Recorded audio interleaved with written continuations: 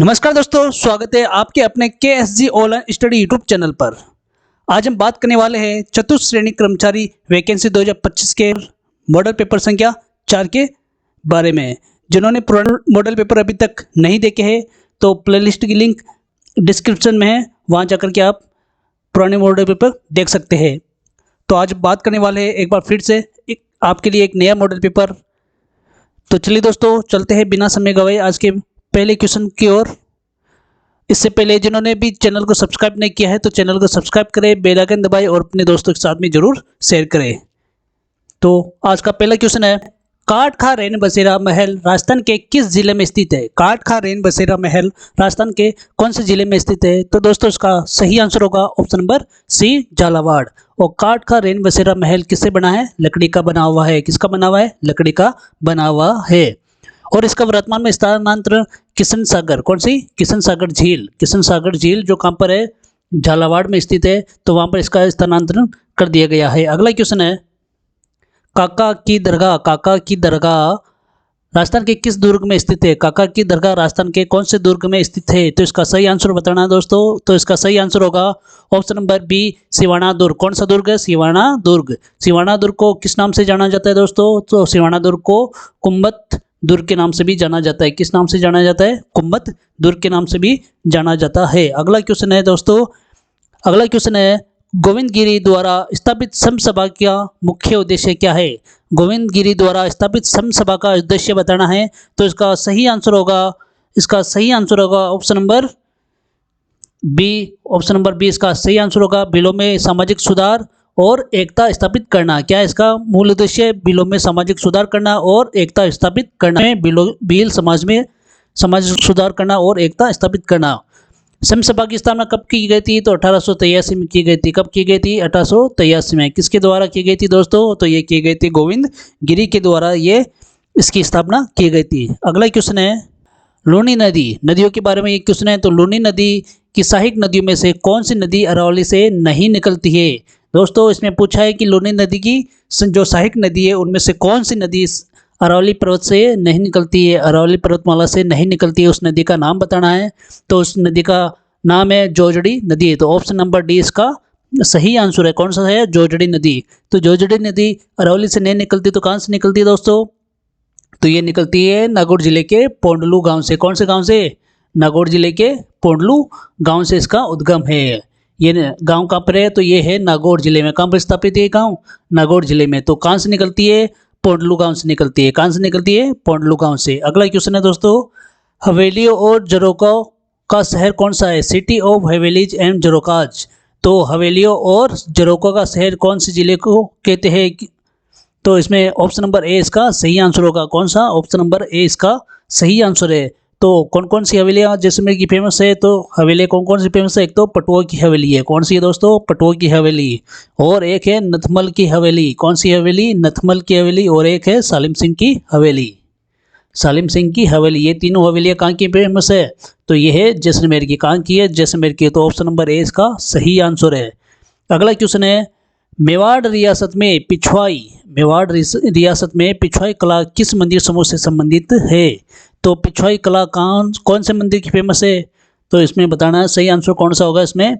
तो इसका सही आंसर होगा दोस्तों ऑप्शन नंबर ए, नाथ द्वारा। कौन सा होगा? नाथ द्वारा। नाथ द्वारा किसका मंदिर है वहाँ पर? तो भगवान कृष्ण का ये मंदिर है। किसका मंदिर है ये? भगवान कृष्ण का ये मंदिर है। तो इसमें ऑप्शन नंबर ए इसका सही आंसर होगा। पिछवाई कला कहाँ की फेमस है? नाथ द्वारा की। अगला क्वेश्चन है, राजस्थान में मेवाड़ का खजुराहो, मेवाड़ का खजुराहो किस मंदिर को कहा जाता है? मेवाड़ का खजुराहो कौन से मंदिर को कहा जाता है? तो इसका सही आंसर कौन सा होगा? तो इसका सही आंसर होगा ऑप्शन नंबर ए, जगत अंबिका माता मंदिर। कौन सा होगा? जगत अंबिका माता मंदिर। जो कहाँ स्थित है? तो ये है उदयपुर में। कहाँ स्थित है? उदयपुर में। अगला क्वेश्चन है, राजस्थान की अणु नगरी, राजस्थान की अणु नगरी के नाम से किसे जाना जाता है? राजस्थान की अणु नगरी के नाम से कौन सा स्थान फेमस है? तो इसका सही आंसर होगा ऑप्शन नंबर ए। कौन सा होगा? ऑप्शन नंबर ए, रावत भाटा। जो कहाँ स्थापित है? कहाँ स्थित है? ये चित्तौड़गढ़ में स्थित है। कहाँ स्थित है? चित्तौड़गढ़ में रावत भाटा। और जो रावत भाटा है वो किस लिए फेमस है? तो ये फेमस है परमाणु ऊर्जा परियोजना के लिए। किस लिए फेमस है? परमाणु ऊर्जा परियोजनाओं के लिए ये फेमस है। तो इसमें रावतभाटा इसका सही आंसर होगा। अगला क्वेश्चन है, राजस्थान में राष्ट्रीय ऊंट अनुसंधान केंद्र कहाँ स्थित है? National research centre of camel. Rajasthan में राष्ट्रीय ऊंट संस्थान केंद्र कहाँ स्थापित है दोस्तों? तो इसका सही आंसर बताना है।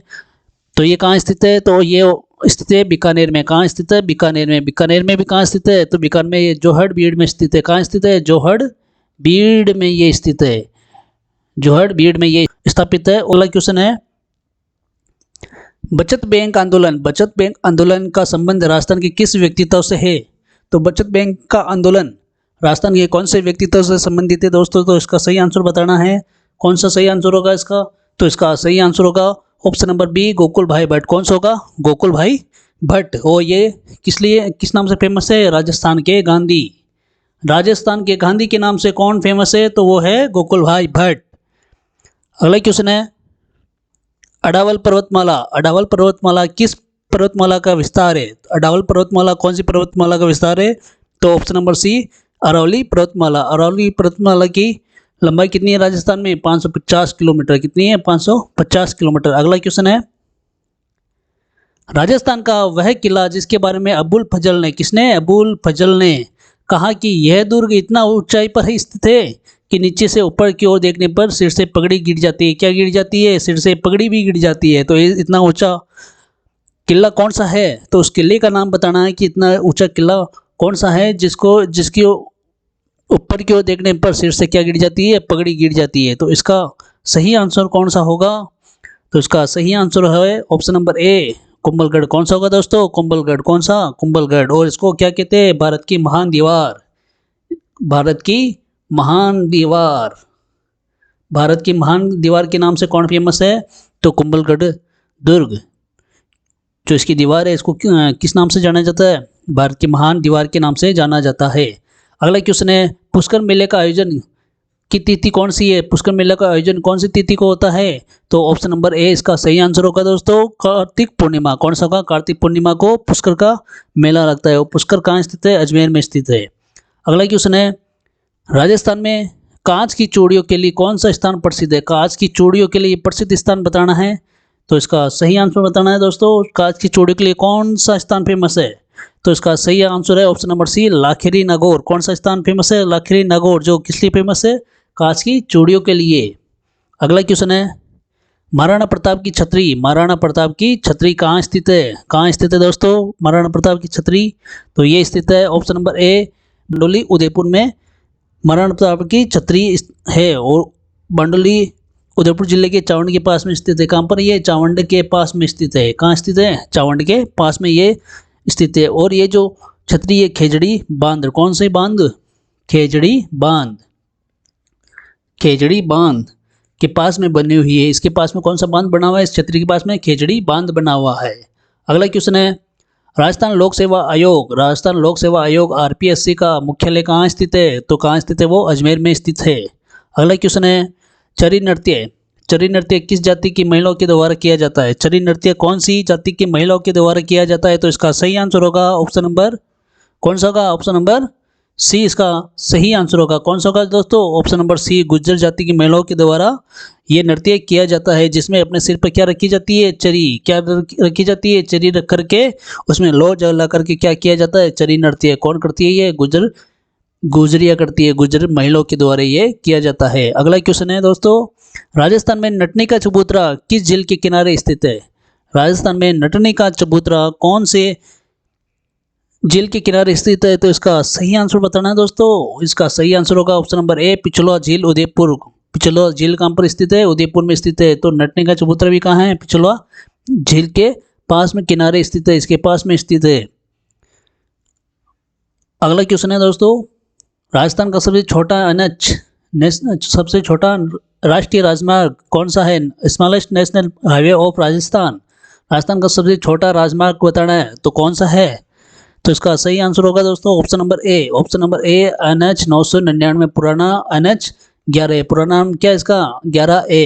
वर्तमान में इसका नाम है NH 919। अगला क्वेश्चन है, राजस्थान में उरिया पत्थर किस खनिज के लिए प्रसिद्ध है? उरिया पत्थर बताना है। उरिया पत्थर किस खनिज के लिए फेमस है? तो इसका सही आंसर होगा ऑप्शन नंबर डी, बलुआ पत्थर के लिए। किस लिए फेमस है ये बलुआ पत्थर के लिए, और ये बलुआ जो पत्थर है ये अपनी सुंदरता और स्थायित्व के लिए ये प्रसिद्ध है। राजस्थान के लौह पुरुष, अगला क्वेश्चन है, राजस्थान के लौह पुरुष के नाम से किसे जाना जाता है? लौह पुरुष के नाम से कौन से व्यक्ति को जाना जाता है? तो इसका सही आंसर बताना है दोस्तों। इसका सही आंसर होगा option number A, Damodar Das Rathi. कौन है दामोदर दास राठी? जो स्वतंत्रता संग्राम और औद्योगिक विकास में इनका अहम योगदान था। एक तो था औद्योगिक विकास, किस लिए फेमस है ये? औद्योगिक विकास और स्वतंत्रता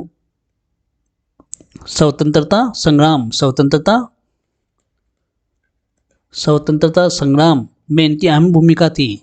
देखिए, औद्योगिक विकास और स्वतंत्रता संग्राम में इनकी अहम भूमिका थी, इसलिए इनको क्या कहा जाता है? लौह पुरुष के नाम से इनको जाना जाता है। अगला क्वेश्चन है दोस्तों, ढूंढाड़ बोली राजस्थान के किस क्षेत्र में बोली जाती है? ढूंढाड़ बोली कौन से क्षेत्र में बोली जाती है? तो ढूंढाड़ कहाँ पर है? ढूंढाड़ में बोली जाती है। कहाँ बोली जाती है? ढूंढाड़ में बोली जाती है। मारवाड़ में बोली जाती है। मेवाड़ में बोली जाती है। और हाड़ौती में बोली जाती है। अगला क्वेश्चन है दोस्तों इसका, तो देखिए दोस्तों अगला क्वेश्चन है, सर्वाधिक नमक उत्पादन किस झील में होता है? तो सर्वाधिक नमक उत्पादन करने वाली झील का नाम बताना है। तो सर्वाधिक नमक उत्पादन करने वाली झील है सांबर झील। कौन सी दोस्तों? सांबर झील। तो भारत की सबसे बड़ी अंतर्देशीय खारे पानी की ये झील है। कौन सी है? अंतर्देशीय खारे पानी की झील। अगला क्वेश्चन देखिए दोस्तों, संत पीपा की गुफा मंदिर राजस्थान के किस जिले में स्थित है? संत पीपा की जो गुफा है वो कौन से जिले में स्थित है दोस्तों? तो संत पीपा की गुफा का बताना है ये कहाँ पर स्थित है। तो इसका कमेंट करके जवाब बताइए कि इसका सही आंसर कौन सा होगा। संत पीपा की गुफा कहाँ स्थित है? तो इसका सही आंसर होगा ऑप्शन नंबर बी, टोंक में स्थित है। कहाँ स्थित है? टोंक जिले में टोडा रायसिंह में स्थित है। कहाँ है? टोडा रायसिंह में ये स्थित है। कहाँ स्थित है? टोडा रायसिंह, टोंक जिले में स्थित है संत पीपा की ये गुफा। अगला क्वेश्चन है, राजस्थान में केंद्रीय शुष्क क्षेत्र अनुसंधान संस्थान काजरी, इसका पूरा नाम क्या है? काजरी का केंद्रीय शुष्क क्षेत्र अनुसंधान संस्थान, तो ये कहाँ पर स्थित है? काजरी कहाँ पर स्थित है? तो काजरी कहाँ स्थित है? तो ये जोधपुर में स्थित है। कहाँ पर है? जोधपुर में। तो इसका ऑप्शन नंबर बी इसका सही आंसर होगा। अगला क्वेश्चन है, राजस्थान का वह जिला जिसे झरोकों की नगरी भी कहा जाता है। झरोकों की नगरी के नाम से किसे जाना जाता है दोस्तों? तो झरोकों की नगरी के नाम से जाना जाता है जैसलमेर को। किसको जाना जाता है? जैसलमेर को। ये अनूठी हवेलियां और उन पर बने जटिल नक्काशीदारी झरोकों के कारण इसको झरोकों की नगरी कहते हैं। अगला क्वेश्चन है, राष्ट्रीय मरु उद्यान किन दो जिलों में फैला हुआ है? राष्ट्रीय मरु उद्यान किन दो जिलों के अंदर फैला हुआ है? तो मरु उद्यान कौन कौन से जिलों के अंदर फैला हुआ है? तो इसका सही आंसर कौन सा होगा दोस्तों? सही आंसर होगा जैसलमेर और बाड़मेर में ये फैला हुआ है। अगला क्वेश्चन है, राजस्थान महाराजा सूरजमल किस रियासत के शासक थे? तो सूरजमल कौन से रियासत के शासक थे? तो ये बताना है इसका सही आंसर कौन सा होगा। सूरजमल कौन सी रियासत से संबंधित थे? कहाँ पर ये शासन करते थे दोस्तों? तो इसका सही आंसर कौन सा होगा? सही आंसर होगा ऑप्शन नंबर सी, भरतपुर। कौन सा हुआ? भरतपुर। और इनको क्या कहा जाता है? इनको कहा जाता है प्लेटो। क्या कहा जाता है? प्लेटो। किसका प्लेटो? जाटो का प्लेटो किसे कहा जाता है? तो सूरजमल को कहा जाता है और ये भरतपुर के शासक थे। अगला क्वेश्चन है दोस्तों, जाम्बूजी संत संप्रदाय से ये क्वेश्चन है, संत जाम्बूजी द्वारा स्थापित विश्नोई संप्रदाय में कितने नियम हैं? तो कितने नियम है दोस्तों? संत संप्रदाय में से ये क्वेश्चन है। और जाम्बूजी के द्वारा स्थापित विश्नोई संप्रदाय में कितने नियम है? तो कितने नियम है? 29 नियम है। कितने नियम है? 29 नियम है। और विष्णु समाज की स्थापना कब हुई थी? तो ये हुई थी 1485 ईस्वी में ये इसकी स्थापना हुई थी और इसमें 29 नियम बनाए गए थे जिसका पालन आज भी किया जाता है। अगला क्वेश्चन है दोस्तों, पोट्री के लिए राजस्थान में कौन सा स्थान प्रसिद्ध है? पोट्री के लिए कौन सा स्थान फेमस है दोस्तों? तो ब्लू पोट्री जहाँ पर विकसित हुई थी, तो कहाँ हुई थी? ऑप्शन नंबर सी, जयपुर में हुई थी। कहाँ हुई थी? जयपुर में। और इसको प्रसिद्धि दिलाने वाले कौन थे? कृपाल सिंह शेखावत। कौन थे? कृपाल सिंह शेखावत, जिन्होंने ब्लू पोट्री को प्रसिद्धि दिलाई थी। तो इसका ऑप्शन नंबर सी इसका सही आंसर है। अगला क्वेश्चन है दोस्तों, राजनीति विज्ञान, राजनीतिक एवं प्रशासनिक व्यवस्था से ये क्वेश्चन आया है दोस्तों। तो क्वेश्चन है, राजस्थान में सर्वाधिक विधानसभा सीटें कौन से जिले से है? तो सर्वाधिक विधानसभा सीटें कौन से जिले की है? तो इसमें ऑप्शन नंबर ए इसका सही जवाब है दोस्तों। कौन सा है? जयपुर। जयपुर में कितनी सीटें है दोस्तों? तो 19 सीटें। कितनी सीटें है दोस्तों? 19 सीटें है। तो सर्वाधिक विधानसभा सीटें किस जिले में है? जयपुर में। कितनी है? 19 सीटें है। अगला क्वेश्चन है दोस्तों लोकायुक्त। तो राजस्थान में लोकायुक्त का कार्यकाल कितना होता है दोस्तों? लोकायुक्त का कार्यकाल बताना है कितना होता है। तो लोकायुक्त का कार्यकाल होता है ऑप्शन नंबर बी इसका सही आंसर है 5 वर्ष या 65 वर्ष की आयु, जो भी इसमें से पहले हो। तो देखिए दोस्तों 65 वर्ष तक की आयु पूरी न कर ले जो भी पहले। लोकायुक्त का मुख्य कार्य क्या होता है दोस्तों? सार्वजनिक अधिकारियों के खिलाफ भ्रष्टाचार या कुप्रशासन के प्रति शिकायत। जो भ्रष्टाचार होता है, भ्रष्टाचार और कुप्रशासन के खिलाफ क्या करना है? शिकायतों की जांच करना है। क्या करना है? इनकी जांच करना है। क्या करना है? भ्रष्टाचार और कुप्रशासन की जो शिकायतें आती है उनकी क्या करना है? इसमें जांच करना है। ये किसका कार्य होता है? ये होता है लोकायुक्त का। उसका कार्यकाल कितना होता है? 5 वर्ष या 65 वर्ष की आयु, जो भी पहले हो। तो ये ऑप्शन नंबर बी इसका सही आंसर है दोस्तों। अगला क्वेश्चन है आपके लिए, भारतीय संविधान के किस अनुच्छेद के तहत राज्यपाल को अध्यादेश जारी करने की शक्ति प्राप्त है? राज्यपाल को क्या करने की शक्ति प्राप्त है? अध्यादेश जारी करने की शक्ति प्राप्त है। तो कौन सा अनुच्छेद है? तो भारतीय संविधान का उस अनुच्छेद को बताना है जिसमें राज्यपाल को अध्यादेश जारी करने की शक्ति प्राप्त है। तो उसमें ऑप्शन नंबर ए इसका सही आंसर है अनुच्छेद 213। कौन सा है? अनुच्छेद 213 है, जो राज्यपाल को शक्ति प्रदान करता है कि वह जब राज्य विधानमंडल का सत्र न चल रहा हो और परिस्थितियां ऐसी हो कि तत्काल कार्रवाई की आवश्यकता हो तो अध्यादेश ला सकता है राज्यपाल। तो किस अनुच्छेद के तहत? अनुच्छेद 213 के तहत। अगला क्वेश्चन है, राजस्थान लोक सेवा आयोग आरपीएससी के अध्यक्ष और सदस्यों की नियुक्ति किसके द्वारा की जाती है? आरपीएससी के अध्यक्ष और सदस्यों की नियुक्ति किसके द्वारा की जाती है? तो इसका सही आंसर होगा ऑप्शन नंबर बी राज्यपाल के द्वारा। किसके द्वारा? राज्यपाल के द्वारा। और ये संविधान के अनुच्छेद 316 के अनुसार है। किसके अनुसार है? अनुच्छेद 316 के अनुसार राजस्थान लोक सेवा आयोग आरपीएससी के अध्यक्ष और उनके सदस्यों की नियुक्ति कौन करेगा? राज्यपाल करेगा। कौन करेगा? इस अधिनियम के तहत कौन? राज्यपाल करेगा। अगला क्वेश्चन है दोस्तों, राजस्थान में ग्राम सभा की बैठकें वर्ष में कितनी बार आयोजित करना अनिवार्य है? तो ग्राम सभा की बैठकें कितनी बार आयोजित करना अनिवार्य है? तो इसका सही आंसर बताना है दोस्तों। सभी को आंसर देना है इसको कमेंट बॉक्स में।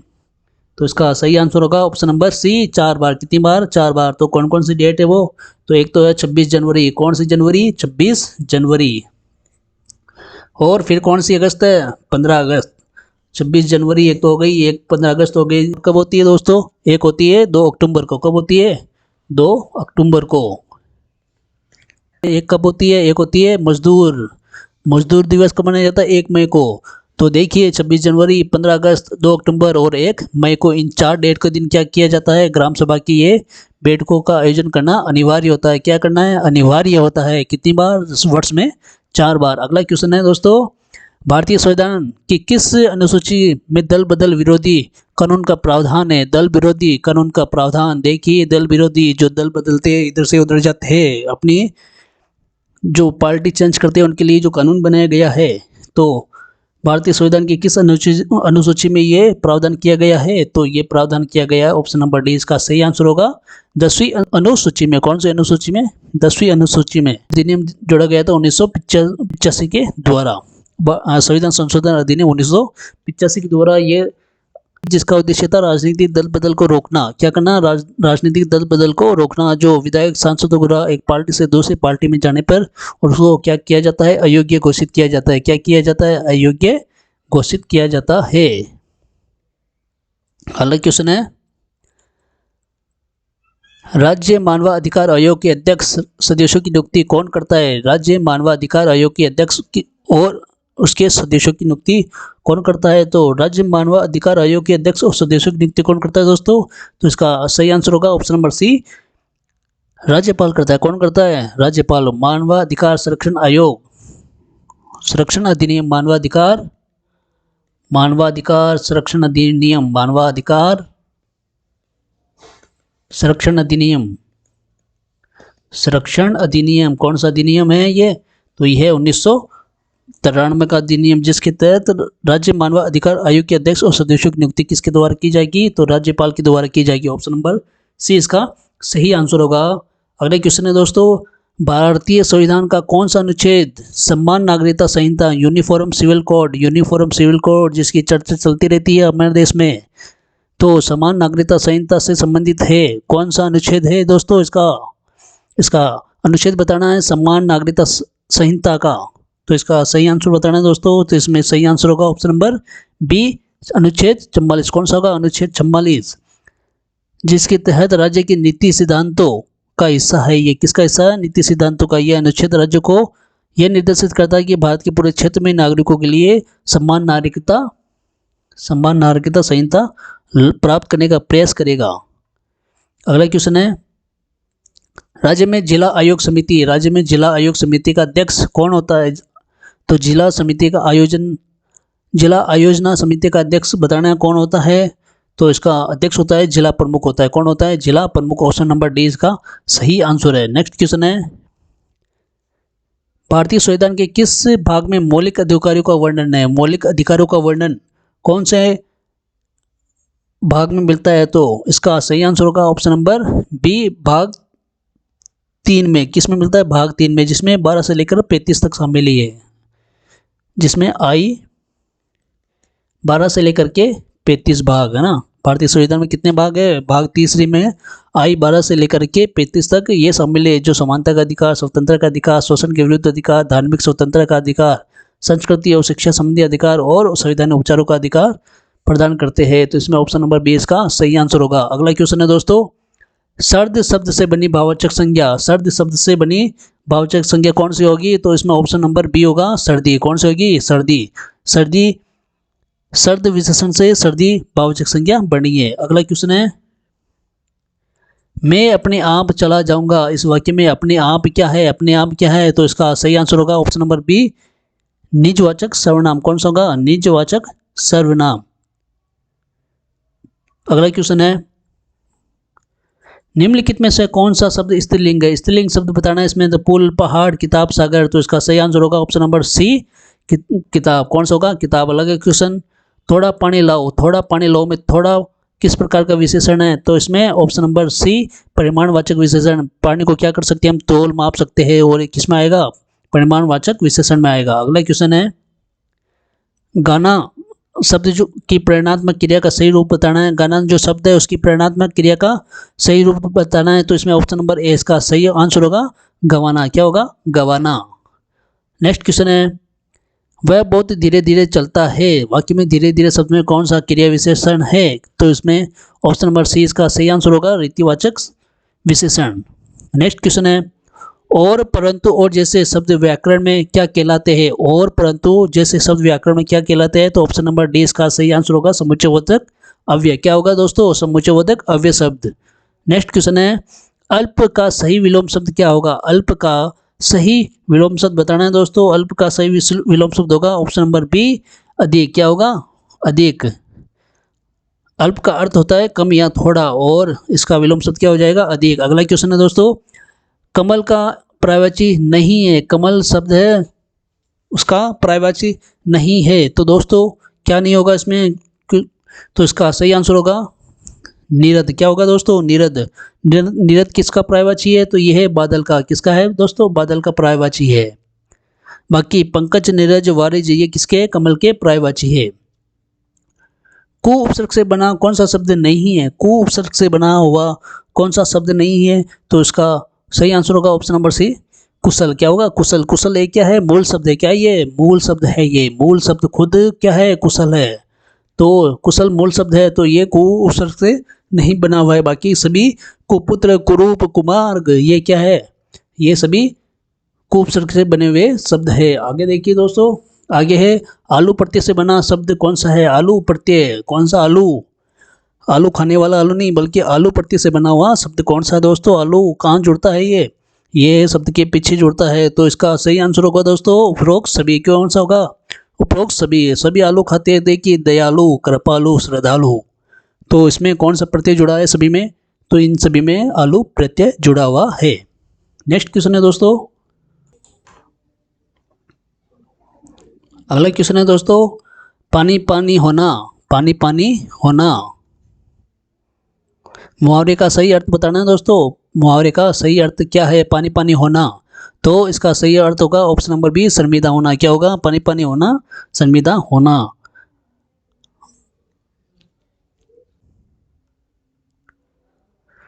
निम्नलिखित में शुद्ध वर्तनी वाला शब्द कौन सा है? शुद्ध वर्तनी वाला शब्द ढूंढना है दोस्तों। शुद्ध वर्तनी वाला शब्द कौन सा है दोस्तों? तो इसका सही आंसर होगा ऑप्शन नंबर डी, आशीर्वाद। क्या होगा दोस्तों? आशीर्वाद शुद्ध सब वर्तनी वाला ये शब्द है। इंपॉर्टेंट क्वेश्चन है दोस्तों, हर एक एग्जाम्स के अंदर बार बार रिपीट होने वाला ये क्वेश्चन है। अगला क्वेश्चन देखिए दोस्तों, जैसी करनी वैसी बढ़नी लोकोक्ति का अर्थ, सही अर्थ बताना है। जैसी करनी वैसी बढ़नी, जैसी करनी वैसी बढ़नी लोकोक्ति का सही अर्थ क्या होगा दोस्तों? तो इसमें सही आंसर होगा इसका ऑप्शन नंबर बी, बुरे काम का बुरा नतीजा। क्या होगा दोस्तों? बुरा काम का नतीजा कैसा होगा? बुरा होगा। इसलिए क्या करना चाहिए हमें? अच्छे कर्म करो दोस्तों, अच्छे से पढ़ाई करो, अच्छा सा फल प्राप्त करो। अगला क्वेश्चन है दोस्तों, जो बहुत बातें करता हो, जो बहुत बातें करता हो वाक्यांश के लिए कौन सा शब्द है दोस्तों? तो जो बहुत बातें करता हो उनको क्या कहते हैं? वाचाल कहते हैं। क्या कहते हैं दोस्तों? वाचाल, बहुत बोलने वाला। अगला क्वेश्चन है दोस्तों, पेड़ पर चिड़िया बैठी है, वाक्य में क्रिया का कौन सा रूप है? वाक्य में कौन सा क्रिया का कौन सा रूप आएगा दोस्तों? पेड़ पर चिड़िया बैठी है। तो इसमें ऑप्शन नंबर ए इसका सही आंसर है। अकर्मक क्रिया कौन सी है दोस्तों? अकर्मक क्रिया। अकर्मक क्रिया के साथ कोई कर्म नहीं है। क्या बैठी है का उत्तर नहीं मिलता है, इसलिए ये क्या है? अकर्मक क्रिया। नेक्स्ट क्वेश्चन है, मुझे कुछ खाना है, मुझे कुछ खाना है, इस वाक्य में कुछ किस प्रकार का सर्वनाम है? तो किस प्रकार का सर्वनाम है? कुछ है या मतलब कुछ का मतलब कुछ, मतलब निश्चय नहीं है, तो अनिश्चयवाचक सर्वनाम है ये। अगला क्वेश्चन है, सूर्य का स्त्रीलिंग, सूर्य का स्त्रीलिंग शब्द क्या होगा दोस्तों? तो इसमें ऑप्शन नंबर ए इसका सही आंसर होगा सूर्य। क्या होगा दोस्तों? सूर्य। अगला क्वेश्चन है, नेक्स्ट क्वेश्चन है, निम्नलिखित में से तद्भव का चयन करना है दोस्तों। तद्भव शब्द कौन सा इसमें से? तद्भव शब्द कौन सा दोस्तों इसमें? तो इसमें सही आंसर होगा ऑप्शन नंबर बी, कपूर। क्या होगा दोस्तों? कपूर तद्भव शब्द है, इसका तत्सम रूप क्या होगा? कर्पूर। क्या होगा दोस्तों? कर्पूर इसका तत्सम रूप होगा। और ये क्या है इसका? कपूर शब्द तद्भव है। क्या होगा? तद्भव। और इसमें देखिए अग्नि, अग्नि, आम्र और नगन शब्द ये क्या है? ये सभी क्या है? सभी क्या है? तत्सम शब्द है। क्या है ये सारे सारे तत्सम शब्द है। और बाकी जो कपूर है ये भी क्या है? तत्सम शब्द है। और कपूर यह है, कपूर ये क्या है? तद्भव शब्द है। अगला क्वेश्चन है, नायक शब्द का सही संधि विच्छेद क्या होगा? नायक शब्द का सही संधि विच्छेद बताना है, तो इसका सही संधि विच्छेद होगा ऑप्शन नंबर बी, नई धन अक। क्या होगा? नई धन अक। इसमें कौन सा संधि है दोस्तों? इसमें अयादी संधि है। कौन सी संधि है? अयादी संधि। अगला क्वेश्चन है, निम्नलिखित में से कौन सा एक रासायनिक परिवर्तन का उदाहरण है? रासायनिक परिवर्तन का उदाहरण बताना है दोस्तों। रासायनिक परिवर्तन किसमें हुआ है? तो इसमें ऑप्शन नंबर सी इसका सही आंसर होगा, लोहे पर जंग लगना। क्या होगा दोस्तों? लोहे पर जंग लगना। लोहा ऑक्सीजन और नमी, किसमें? ऑक्सीजन और नमी के साथ क्रिया करके एक नया पदार्थ बनाता है, जो क्या बनता है? Iron oxide. क्या बनता है दोस्तों? आयरन ऑक्साइड बनता है ये, आयरन ऑक्साइड। और आयरन ऑक्साइड बना करके बनाता है, जिसे ये आसानी से मूल रूप में नहीं बदलता है। अन्य विकल्प भौतिक परिवर्तन है। तो इसमें ऑप्शन नंबर सी इसका सही आंसर होगा, लोहे पर जंग लगना। अगला क्वेश्चन है, मानव शरीर में थायराइड ग्रंथि का मुख्य कार्य क्या होता है? मानव शरीर में थायराइड ग्रंथि का मुख्य कार्य क्या है दोस्तों? तो मुख्य कार्य इसका ऑप्शन नंबर सी, उपापचय का नियंत्रण करना। क्या करना? उपापचय का नियंत्रण करना थायराइड ग्रंथि का कार्य है। और थायराइड ग्रंथि से निकलने वाले हार्मोन को क्या कहते हैं दोस्तों? क्या कहते हैं? थायरोक्सिन कहते हैं। क्या कहते हैं? थायरोक्सिन हार्मोन कहाँ से निकलता है? थायराइड ग्रंथि से निकलता है। अगला क्वेश्चन है, प्रकाश के परावर्तन के नियम के अनुसार यदि आपतन कोण 45 डिग्री का है, कितने डिग्री का है दोस्तों? 45 डिग्री का है, तो परावर्तन कोण कितने का होगा? तो दोस्तों ये भी कितने का? 45 डिग्री का होगा। कितने का होगा? 45 डिग्री का होगा। देखिए दोस्तों, जो आपतन किरण है, तो जो और इसका एक तो आपतन किरण और अविलंब और परावर्तित किरण, ये तीनों ही एक ही तल पर होते हैं। और इसका आपतन कोण और परावर्तन कोण दोनों क्या होते हैं? बराबर होते हैं। कितने होते हैं? बराबर होते हैं ना। तो इसमें जितना 45 डिग्री का आपतन कोण होगा, परावर्तन कोण भी कितने का होगा? 45 डिग्री का होगा। तो इसमें ऑप्शन नंबर 20 का सही आंसर होगा दोस्तों। अगला क्वेश्चन देखिए, निम्नलिखित में से कौन सा गुण धातु का नहीं है? कौन सा गुण धातु का नहीं है ये बताना है दोस्तों। इसमें धातु का गुण कौन सा नहीं होता है? तो धातु का गुण कौन सा नहीं होता है? तो इसमें भंगुरता वाला गुण नहीं होता है। किसका? भंगुरता वाला। तो ये गुण किसका होता है? किसी का तो होता ही है। तो ये किसका होता है? धातु अधातुओं का होता है। किसका होता है? ये गुण अधातुओं का गुण है। आगे बात समझ दोस्तों, ये बाकी ये तीन किस किस के गुण है? ये धातु के गुण हैं। अगला क्वेश्चन है, आपदा प्रबंधन में पूर्व निर्धारण का सबसे उपयुक्त अर्थ क्या है? आपदा प्रबंधन में पूर्व निर्धारण का सबसे उपयुक्त अर्थ बताना है दोस्तों, कौन सा होगा? तो इसमें ऑप्शन नंबर बी इसका सही आंसर होगा। आपदा से होने वाले जोखिमों का कम करने के उपाय। आपदा से होने वाले जोखिमों को कम करने के उपाय, ये क्या है? पूर्व निर्धारण का सही उपयुक्त अर्थ है। नेक्स्ट क्वेश्चन है, फर्मवेयर क्या है? फर्मवेयर क्या है ये बताना दोस्तों, कंप्यूटर में से ये क्वेश्चन है। तो फर्मवेयर क्या है दोस्तों, इसका सही आंसर क्या होना चाहिए? तो इसका सही आंसर है ऑप्शन नंबर सी, हार्डवेयर और सॉफ्टवेयर के बीच का स्थायी इंटरफेस प्रोग्राम। क्या होगा? हार्डवेयर और सॉफ्टवेयर के बीच का स्थायी इंटरफेस प्रोग्राम है ये। अगला क्वेश्चन है, एक यूटिलिटी सॉफ्टवेयर का प्राथमिक उद्देश्य क्या है? एक यूटिलिटी सॉफ्टवेयर का प्राथमिक उद्देश्य क्या है? तो इसमें ऑप्शन नंबर बी इसका सही आंसर है। कंप्यूटर सिस्टम को कॉन्फ़िगर, विश्लेषण, ऑप्टिमाइज और बनाए रखने का उद्देश्य है। तो ये किसका उद्देश्य है? तो यूटिलिटी सॉफ्टवेयर का ये उद्देश्य है। ऑप्शन नंबर बी इसका सही आंसर होगा दोस्तों। आगे देखिए, आगे है, कैश मेमोरी का मुख्य लाभ क्या है? कैश मेमोरी का मुख्य लाभ बताना है दोस्तों, तो कैश मेमोरी का मुख्य लाभ क्या है? तो इसमें ऑप्शन नंबर बी, सीपीयू और मुख्य मेमोरी के बीच डेटा एक्सप्रेस को गति देना। तो ये किसका काम है दोस्तों? Cache memory. नौकरी लगने के बाद क्या कमाओगे? कैश कमाओगे। तो कैश मेमोरी का मुख्य लाभ क्या होता है? ये सीपीयू और मेमोरी के बीच का डेटा एक्सप्रेस को गति देता है। अगला क्वेश्चन है, जैसे कैश अपन को गति देता है तो ये इसको गति देता है। अगला क्वेश्चन है दोस्तों, ऑपरेटिंग सिस्टम में मल्टीटास्किंग का अर्थ क्या है? मल्टीटास्किंग का अर्थ बताना है दोस्तों, ऑपरेटिंग सिस्टम में मल्टीटास्किंग का अर्थ क्या होगा? तो इसमें इसका सही आंसर होगा ऑप्शन नंबर बी, एक सीपीयू पर एक साथ कई प्रोग्राम को चलाने की क्षमता। एक सीपीयू पर एक साथ कई प्रोग्राम चलाने की क्षमता को क्या कहते हैं? ऑपरेटिंग सिस्टम में मल्टीटास्किंग क्या होता है? ये मल्टी यानी कई सारे विकल्पों के लिए यूज होता है मल्टी। तो एक ही सीपीयू पर एक साथ कई प्रोग्रामों को हम चला सकते हैं, मल्टीटास्किंग इसका अर्थ है। ऑप्शन नंबर बी इसका सही आंसर। नेक्स्ट क्वेश्चन है दोस्तों, एमएस वर्ड में प्रिंट प्रीव्यू का उद्देश्य क्या है? एमएस वर्ड में प्रिंट प्रीव्यू का उद्देश्य क्या है दोस्तों? तो इसका सही आंसर है ऑप्शन नंबर सी, ये देखना कि दस्तावेज प्रिंट होने पर कैसा दिखाई देता है। प्रिंट व्यू, प्रीव्यू है ना, प्रीव्यू, व्यू यानी दृष्टिकोण, देखना। तो ऑप्शन नंबर सी इसका सही आंसर है, ये देखना कि दस्तावेज प्रिंट होने पर कैसा दिखाई देता है। ये किसका उद्देश्य है? प्रिंट व्यू का, प्रीव्यू का। आई समझ में? नेक्स्ट क्वेश्चन देखिए दोस्तों, ये अब क्वेश्चंस आगे है मैथमेटिक्स से। किससे आगे? मैथमेटिक। अब इसके क्वेश्चन अपन को सॉल्यूशन करना है, तो ध्यान से देखिएगा, जिनको नहीं आता है वो ध्यान से समझ लिएगा मैथ को।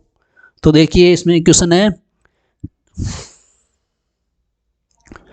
तो देखो, दो संख्याओं का योग कितना है? 36 यानी 36 है। इनका मैं तो समापवर्त्य, तो समापवर्त्य क्या है? इसका एचसीएफ क्या है? 4 है। क्या है? 4। तो ऐसी संख्याओं के संभावित युग्मों की संख्या कितनी होगी, कितनी होगी बताइए दोस्तों। ऑप्शन नंबर, क्वेश्चन नंबर 71 में दो संख्याओं का योग कितना है? 36 है। कितनी है?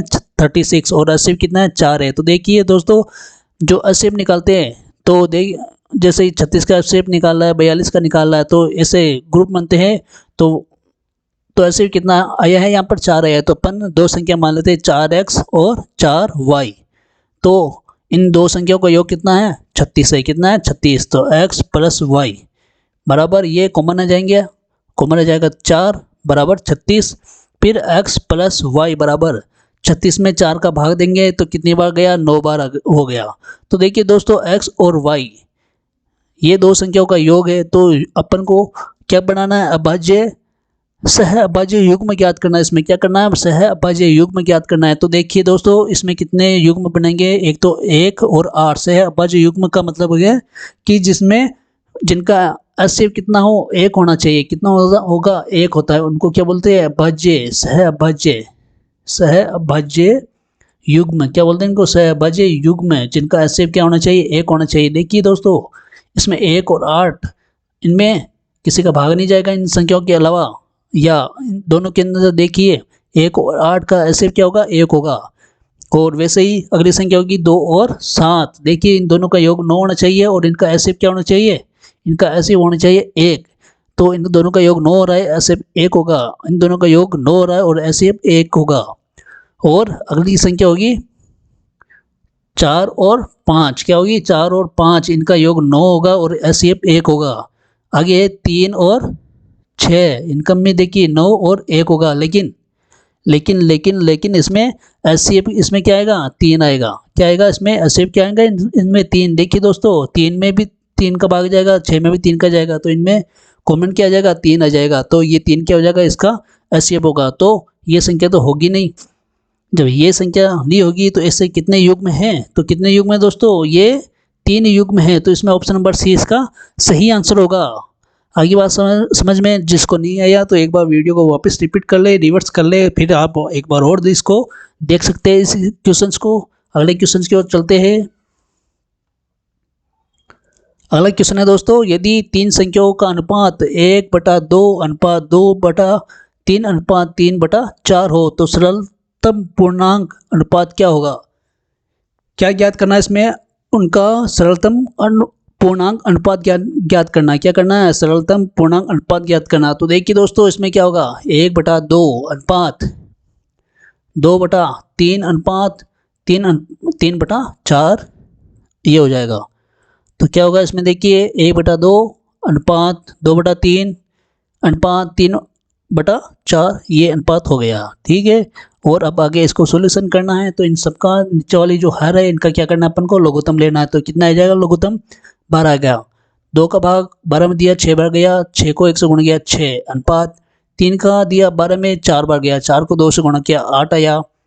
4 का भाग दिया 12 में 3 बार गया, 3 को 3 से गुणा किया 9 आया। तो इसका ये सरलतम पूर्णांक अनुपात है। तो देखिए 6, 8, 9, तो इसमें ऑप्शन नंबर ए इसका सही आंसर है। अगला क्वेश्चन है, तो देखिए दोस्तों इसमें एक छात्र को परीक्षा में 30% अंक प्राप्त हुए। कितने अंक प्रतिशत प्राप्त हुए 30, और वह 45 अंकों से क्या हो गया अनुत्तीर्ण यानी फेल हो गया, और उसे 42% अंक मिलते हैं तो वह उतने अंकों से 45 अंक अधिक प्राप्त करता है। देखिए दोस्तों समझने की बात है कि 30% अंक जब उसको प्राप्त होते हैं, कितने प्रतिशत अंक 30% जब अंक उसको प्राप्त होते हैं तो वह 45 अंकों से क्या हो जाता है फेल हो जाता है। यदि उसे 42% अंक प्राप्त होते हैं तो वो उत्तीर्ण अंक जितने भी उत्तीर्ण अंक होते हैं ना उससे 45 अंक ज़्यादा मिलते हैं। देखिए दोस्तों यहाँ पर जैसे ये कोई बच्चा यहाँ पर क्या होगा पास होगा, ये क्या होगा यहाँ पर पास होने वाला बच्चा है ना, और यहाँ पर क्या होगा वो बच्चा फेल हो जाता है। और यहाँ पर कितने परसेंट पास प्राप्त करता है वो, यहाँ पर तो देखिए 30% अंक प्राप्त करके वो फेल हो जाता है, और यहाँ पर 42% अंक वो प्राप्त करता है। तो यहाँ पर बच्चा क्या हो जाता है पास हो जाता है। तो यहाँ से यहाँ तक कितने नंबर चाहिए इसको पास होने में 45 नंबर, कितने नंबर 45 वह प्राप्त करता है 30%, और उसको पास होने के लिए कितने नंबर से फेल हुआ है वो 45। यदि वो 45 अंक प्राप्त कर लेता है तो वो क्या हो जाता है पास हो जाता है। और यदि इसमें आगे देखिए दूसरी कंडीशन है 45 अंक अधिक प्राप्त करता तो वह क्या हो जाता है उत्तीर्ण अंकों से 45 अंक अधिक प्राप्त करता तो कितने पर 42% अंक मिलते, यानी ये जो अंक मिलते तो वह उत्तीर्ण अंकों से, यहाँ पर जो उत्तीर्ण होता है उससे 45 नंबर अंक ज़्यादा मिलते हैं। मतलब यहाँ पर बच्चा पास होता है तो वह 45 नंबर यदि ज़्यादा प्राप्त करता है तो उसको कितने परसेंट मिलते 42%। ये जो 30% है 30% और 42% इन दोनों के बीच में कितने का अंतर है तो ये है 12% का अंतर। और यहाँ पर कितने नंबर है यहाँ पर 90%, 90 नंबर, कितने नंबर है 90 नंबर, तो 90/12 ये किसकी वैल्यू हो गई है 90 की वैल्यू कितने हो गई 12 हो गई है, कितने हो गए 12। अब आगे तो इसमें 90 में 12 का भाग देंगे तो आ जाएंगे 1% की वैल्यू, तो 1% की वैल्यू कितने आ गए दोस्तों यहाँ पर 7.5 नंबर, 7.5 नंबर आ गए। तो कितने नंबर है यहाँ पर 45 नंबर, कितने हैं 45 नंबर। तो 45 के अंदर 7 का ये भाग देंगे तो 1 0 यहाँ पर, तो ये कट गया 6%, कितना हो गया 6%। 75 का बार 450 में दिया तो 6 बार गए, कितने बार गए 6 बार। तो 1% कितने नंबर के बराबर है तो 1% है 7.5 नंबर के बराबर। तो 45 नंबर कितने परसेंटेज के बराबर होंगे तो ये होंगे 6% के बराबर। तो 6% तो ये हो गए, तो और 30% ये, तो इनकी वैल्यू आ गई 45 की कितने परसेंट है, 6 नंबर की। तो यदि 30% नंबर तो उसके आए हैं और 45 नंबर और मिल जाते हैं तो वो पास हो जाता है। तो 45% किसके नंबर के बराबर है, 6% के बराबर। तो 30 और 6 कितने हो गए, 36। तो ऑप्शन नंबर 20 का सही आंसर है। नेक्स्ट क्वेश्चन है, यदि किसी वस्तु के मूल्य में 20% की वृद्धि की जाती है, 20% की वृद्धि की जाती है और 20% की कमी की जाती है। देखिए यहाँ पर तो 20% की वृद्धि की जाती है, 20% की कमी की जाती है, तो शुद्ध प्रतिशत परिवर्तन क्या होगा। तो देखिए दोस्तों, इसमें 20 की तो वृद्धि हो गई और 20 की क्या हो गई, इसमें कमी हो गई, तो बटा क्या हो जाएगा, 100। तो 1 0 से 1 0, 1 0 से 1 0, ठीक है। तो -4%, तो -4% की क्या हुई, इसमें कमी हुई। ऑप्शन नंबर 20 का सही आंसर होगा। नेक्स्ट क्वेश्चन है, एक दुकानदार एक वस्तु को 10% की छूट पर बेचता है, फिर भी उसको कितने परसेंट लाभ होता है, 20% का लाभ होता है। यदि अंकित मूल्य 600 रुपये है तो क्रय मूल्य ज्ञात करना। तो देखिए दोस्तों, 600 रुपये, 600 रुपये उसका अंकित मूल्य, इस पर वह कितने परसेंट की छूट देता है, तो वो देता है 10% की छूट देता है। तो 10% की छूट देता है, तो इसका देखिए विक्रय मूल्य ज्ञात कीजिए। तो ये लो, वो ये आ गया इसका विक्रय मूल्य। अंकित मूल्य पर वह 10% की छूट यानी 90% इसका, तो कितना हो गया, 540 रुपये इसका विक्रय मूल्य हुआ। तो दोस्तों विक्रय मूल्य है 540 रुपये और उसको प्रॉफिट हुआ 20%। और क्या ज्ञात करना है अपन को, क्रय मूल्य ज्ञात करना है। तो 1 0 से 1 0 गया, पीछे बच गए 540 0, ठीक है, ये बच गए। तो 12 का भाग दिया 54 में, 12 चौक 48, 48 के बाद 6 बच गए, बारी पानी 60, तो कितने आ गए क्रय मूल्य, 450 रुपये। ऑप्शन नंबर 20 का सही आंसर होगा। अगला क्वेश्चन है दोस्तों, यहाँ पर मिस प्रिंट हो गई है क्वेश्चन की, ठीक है, कोई बात नहीं। तो देखिए इस क्वेश्चन में, कोई धनराशि साधारण ब्याज की दर 5% साल में 2 गुना हो जाती है। कोई धनराशि साधारण ब्याज की किस दर पर 5 साल में 2 गुना हो जाएगी। तो कितने गुना हो जाएगी, 2 गुना हो जाएगी। तो देखिए दोस्तों, 2 दिन कितने होते हैं, 4 इंटू 5 कर दो इसको, बराबर कितने हो जाएंगे, 20%। तो इसका ऑप्शन नंबर सी इसका सही आंसर है। नेक्स्ट क्वेश्चन है, ए बी सी मिलकर के एक कार्य को क्रमशः 10 12 15 दिनों में पूरा करते हैं। ये तीनों मिलकर के एक साथ कार्य करें तो कार्य कितने दिनों में पूरा होगा। तो दोस्तों देखिए, ये कार्य करते ए करता है 1/10 काम, प्लस बी करता है एक काम को 1/12 और 1/15। इन सभी का जब लघुत्तम लेंगे तो कितना आएगा, ये लघुत्तम, तो ये लघुत्तम आ जाएगा 60। कितना आएगा, 60 लघुत्तम इसका आएगा। 10 का भाग 60 में दिया 6, ये 5 और ये 4 आ गए, 6 4 10 5 15 बटा 60, 15 कम 15, 15 चौके 60। तो बताओ कितने दिन में ये काम पूरा हुआ। तो ये काम हुआ, एक काम 4 दिन में पूरा। ऑप्शन नंबर 20 का सही आंसर है। अगला क्वेश्चन, एक ट्रेन 54 किलोमीटर प्रति घंटा की गति से चल रही है। कितने किलोमीटर, 54 किलोमीटर प्रति घंटा की गति से चल रही है। एक खंभा को 10 सेकंड में ये पार करती है। तो ट्रेन की लंबाई ज्ञात करना है। तो पहले तो क्या करना है, 54 को क्या करना है, मीटर प्रति सेकंड में चेंज करना है। तो 5/18 का इसमें गुणा करेंगे, 18 × 54, 5 × 15। देखिए दोस्तों, 15 मीटर प्रति सेकंड आ गया। अब ये कितने सेकंड में ये पार करती है, 10 सेकंड में पार करती है।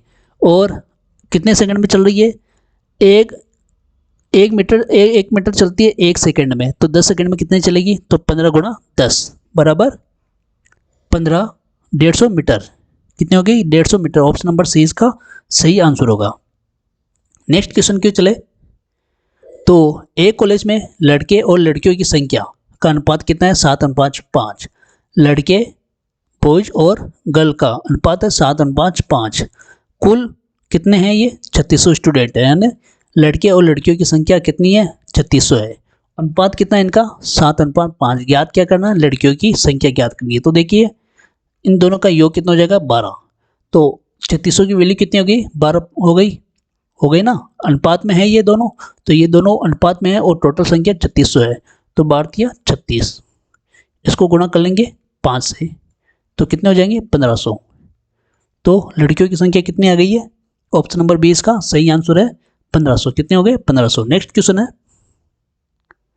अब दोस्तों इंग्लिश के क्वेश्चंस आ चुके हैं, ध्यान से देखना, बहुत अच्छे से क्वेश्चन है, बड़े मस्त होकर के क्वेश्चन को सोल्व करना है।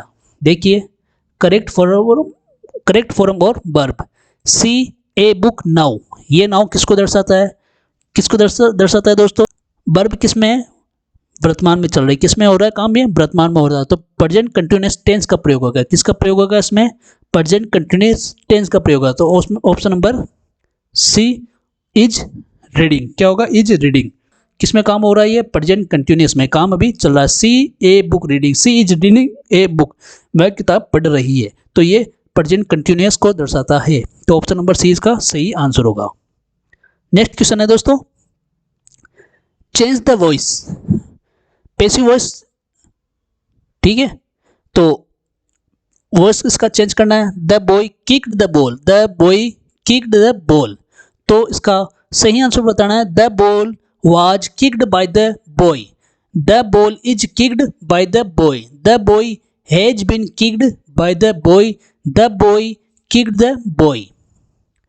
तो इसका सही आंसर होगा 82 में option number A, the ball was kicked by the boy। देखिए इसमें कौन सा टेंस आया, कौन सा वॉइस आया इसमें? तो मूल जो वाक्य है वो पास्ट सिंपल टेंस में, किसमें? ये पास्ट सिंपल टेंस में है, और इसको किस में चेंज करना है? तो इसको चेंज करना पैसिव वॉइस में, इसको वाज वर हो जाएगा। क्या हो जाएगा? वाज वर में से आ जाएगा। यदि ये सिंगुलर है तो यह सिंगुलर आएगा, तो वाज सिंगुलर फॉर्म वर्ब आ गई है, तो वाज वर में से क्या आ जाएगा? यहाँ पर वाज आ जाएगा, और आगे क्या आएगा? आगे आ जाएगा किक्ड बाय द बॉय। अगला क्वेश्चन है दोस्तों, change into indirect speech. Change into indirect speech में इसको चेंज करना। He said I am very busy today, he said I am very busy today, तो देखिए ही सेड, तो इसका सही आंसर बताओ सीधा ही। तो इसका सही आंसर होगा option number C, option number C इसका सही आंसर होगा। इनडायरेक्ट स्पीच में जो एम है ये किस में चेंज हो जाता है? तो ये वाज में चेंज हो जाएगा। किस में हो जाएगा? वाज में। और टुडे चेंज हो जाएगा, ये जो टुडे ये चेंज हो जाएगा दैट डे में चेंज हो जाएगा। और इसमें जो आई है कहाँ पर? ये आई किस में चेंज हो जाएगा? तो ये चेंज हो जाएगा ही में हो जाएगा। किस में हो जाएगा? ही के अंदर ये चेंज हो जाएगा, और इसको किससे जोड़ देंगे? दैट से इसको जोड़ देंगे। तो ऑप्शन नंबर सी इसका सही आंसर है। नेक्स्ट क्वेश्चन है, transform the sentence into negative sentence. तो देखिए यहाँ पर negative sentence banana. He is always on time, he is always all time, तो नेगेटिव बनाना है। नेवर का तो पूरा ही सिस्टम चेंज हो जाएगा, है ना, तो इसमें ऑप्शन नंबर बी इसका सही आंसर होगा। ही इज नॉट ऑलवेज, इसका अपोजिट हो जाएगा नॉट ऑलवेज ऑन टाइम, तो ऑप्शन नंबर बी इसका सही आंसर होगा। नेक्स्ट क्वेश्चन है, choose the correct sentence with proper subject verb agreement. One of the students absent today, one of the students today, तो इसमें जो मूल जो सब्जेक्ट है वो है वन, तो इसमें ऑप्शन नंबर ए इसका सही आंसर होगा। इज, क्या आएगा? इज। नेक्स्ट क्वेश्चन है, fill in the blanks with the correct articles, fill in the blanks with the correct articles. She is honest woman. देखिए इसमें ये अच्छे से तो स्टार्ट हो रहा है, लेकिन ये जो ध्वनि दे रहा है वो ओ की दे रहा है, तो इसमें ऑप्शन नंबर बी आर्टिकल्स में कौन सा आएगा? आर्टिकल्स एन आएगा। जहाँ पर ए ई आई ओ यू की ध्वनि आती है तो वहाँ पर कौन सा आर्टिकल आता है? तो वहाँ पर आता है ऑप्शन नंबर बी एन। क्या आएगा? Articles N. ओ की ध्वनि इसमें आ रही है, एन का प्रयोग होगा इसमें। नेक्स्ट है, choose the correct preposition. Preposition का यूज करना इसमें। The book is the table. कोई भी वस्तु यदि किसी सतह के ऊपर हो और उसे छू रही हो तो किसका प्रयोग होगा? ऑन का प्रयोग होगा। ऑप्शन नंबर बी इसका सही आंसर होगा। Find the synonyms of happy. Happy का सिनोनिम्स ढूंढना है। सिनोनिम्स का मतलब क्या होगा? सिनोनिम्स का मतलब होगा समानार्थी। क्या होगा? समानार्थी। यानी इसमें ऑप्शन नंबर बी इसका सही आंसर होगा जॉयफुल। क्या होगा? जॉयफुल इसका सही आंसर होगा। आनंदित, जॉयफुल का अर्थ होता है आनंदित करना। अगला क्वेश्चन है, find the antonyms old. Old का। एंटोनिम्स बताना है ओल्ड का क्या होगा, तो इसका सही आंसर होगा ऑप्शन नंबर सी ओल्ड। क्या होगा, सी न्यू। क्या हो जाएगा, ओल्ड का क्या हो जाएगा, न्यू हो जाएगा। तो इसका एंटोनिम्स यानी इसका अपोजिट ढूंढना है, तो ओल्ड का अपोजिट क्या हो जाएगा, न्यू हो जाएगा। नेक्स्ट क्वेश्चन है, choose the word with the correct spelling. इस करेक्ट स्पेलिंग इसके अंदर ढूंढना है, तो इसका ऑप्शन नंबर बी सही है, रिसीव, RECEIVE, रिसीव यानी प्राप्त करना। तो इसका ये आंसर ऑप्शन नंबर बी सही आंसर हो गया। तो दोस्तों आज की क्लास कैसे लगी है, कमेंट बॉक्स में कमेंट करके ज़रूर बताएं और अपनी राय ज़रूर बताएं कि आज का ये मॉडल पेपर आपको कैसा लगा है, और नेक्स्ट क्लास आपको किस विषय पर चाहिए, कौन से सब्जेक्ट पर चाहिए, कौन से टॉपिक पर चाहिए, ज़रूर बताइए आप। और इस क्लास को आप अपने दोस्तों के साथ में शेयर करें जो फर्स्ट बार विजिट कर रहे हैं, तो चैनल को सब्सक्राइब करें, बेल आइकन दबाएं और अपने दोस्तों के साथ में इस वीडियो को ज़रूर शेयर करें। मिलते हैं अगले ऐसे ही वीडियो में, तब तक के लिए आप सभी को धन्यवाद।